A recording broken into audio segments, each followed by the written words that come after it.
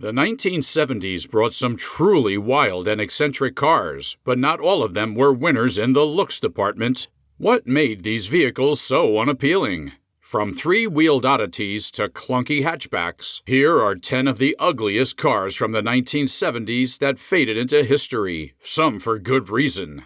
The 1973 Reliant Robin is a three-wheel car that struggles with its appearance. While some three-wheel cars are somewhat decent-looking, Robin fails miserably in this department. The problem isn't just that it's unattractive, but it feels like it's trying too hard to be a car when it's clearly not. Even the Reliant Regal, which came before the Robin, had a hint of dignity, but the Robin looks like a cheap alternative to a proper car. Its awkward design, with its large bulging eyes, makes it seem like it knows it's not a real car, but is trying to act like one anyway. It feels as though the Robin is desperately asking for approval, but we have no reason to offer any. It's a car that seems content in its second-rate status, and there's little about it that makes us feel any affection toward it. The Robin simply isn't a car you'd want to admire or own. Moving from one odd creation to another, let's look at the 1974 Sebring Vanguard City Car and its unconventional approach to electric mobility.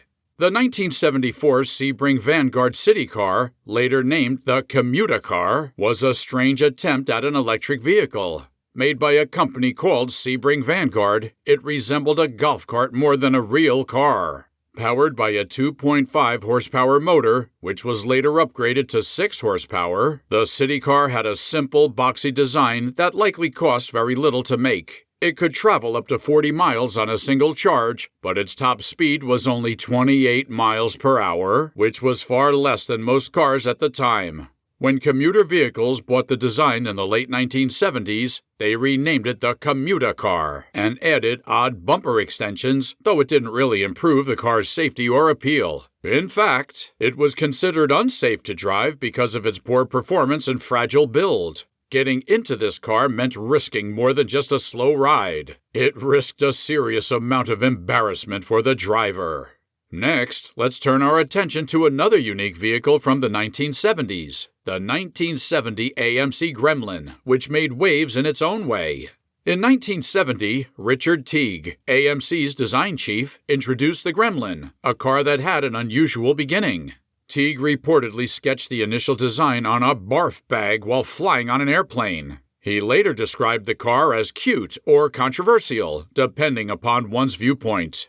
The Gremlin gained some attention, especially for its ability to attract young women who often made human pyramids next to it. Not bad for a car that was priced around $2,000, including taxes. The Gremlin's design was essentially a chopped AMC Hornet, with the back end removed, creating a back seat that was only spacious enough for 2 small children. Despite its small and awkward shape, the Gremlin became iconic in pop culture. Though it was widely regarded as one of the least attractive cars ever made, it earned a lasting place in automotive history for its unique appearance and charm.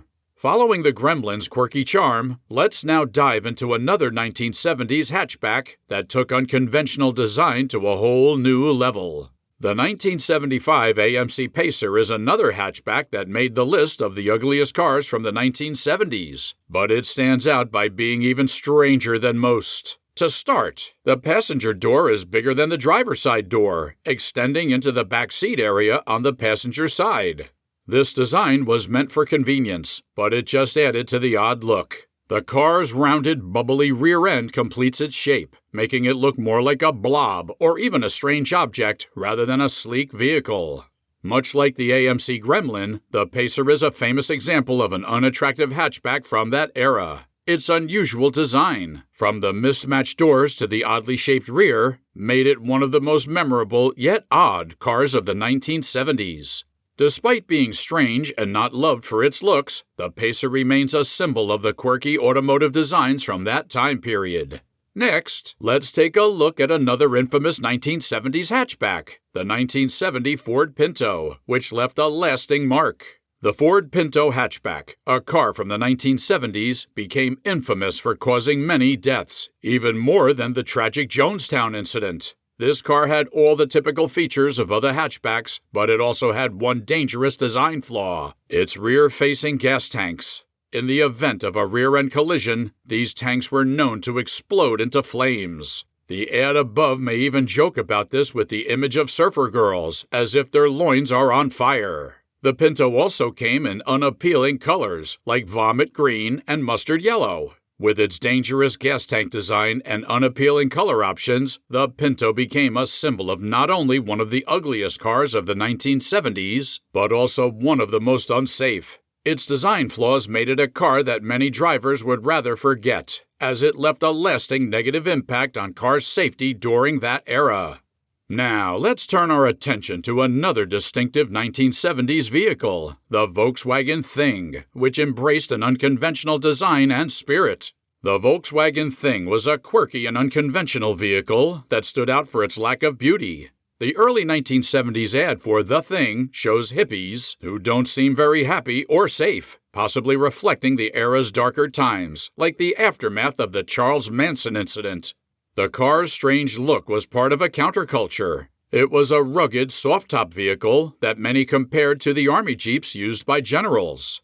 Known as the Volkswagen Type 181, it was built for off-road adventures and was reliable in tough conditions. With a comfortable interior, it was perfect for people looking to explore the outdoors. Though it was sold in the United States for only a short period, it had a longer presence in other countries. Its unique design and practicality made it memorable, despite its odd appearance, and it became a symbol of the free-spirited vibe of the 1970s.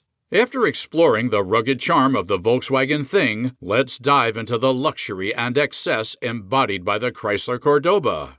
The Chrysler Cordoba was one of the decisions that helped lead Chrysler to bankruptcy in the 1980s. What stands out about the Cordoba is not just its unexciting design, but also its massive size. The car is over 18 feet long, which is even longer than a modern GMC Yukon. Despite its size, the Cordoba only has space for 4 people, while the Yukon can fit up to 9 passengers. To put it into perspective, the Cordoba is just 4 feet shorter than a small Winnebago motorhome. The Cordoba wasn't very fuel efficient, getting just about 13 miles per gallon. This was not ideal, especially during the oil embargo, when fuel economy was a big concern. It's almost fitting that this car, which was more of a boat than a vehicle, came from the same decade that gave us the TV show The Love Boat. The Cordoba was not exactly a lovely boat on wheels.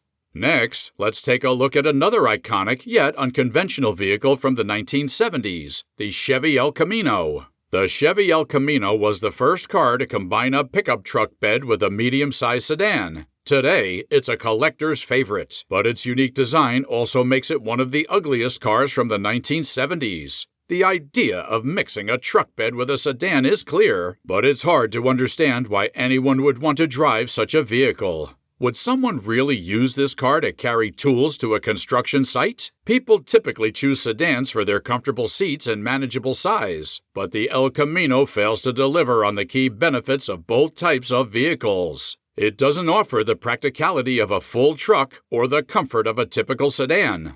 While it may be ugly, it does offer some usable space in the back. Despite its strange design, the El Camino still has a place in automotive history because of its storage capacity, even if it didn't quite meet expectations for everyday use. From one unconventional design to another, let's now explore the 1974 Bricklin SV1, another curious and bold creation. Malcolm Bricklin is known for introducing the Subaru 360 and the Yugo to American buyers, and his attempt to create his own car, the Bricklin SV1, was a complete disaster. This car, made mostly from plastic, had many flaws, starting with its strange appearance.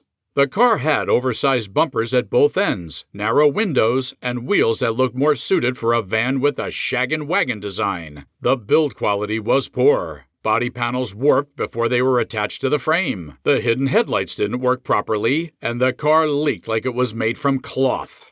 The gull-wing doors, which were supposed to be a unique feature, were heavy and easily bent or broken by the hydraulic system. Sometimes the doors wouldn't even open. To make matters worse, the car's electrical system was unreliable, trapping owners inside. The Bricklin SV1 was not only ugly to look at, but also a nightmare to own.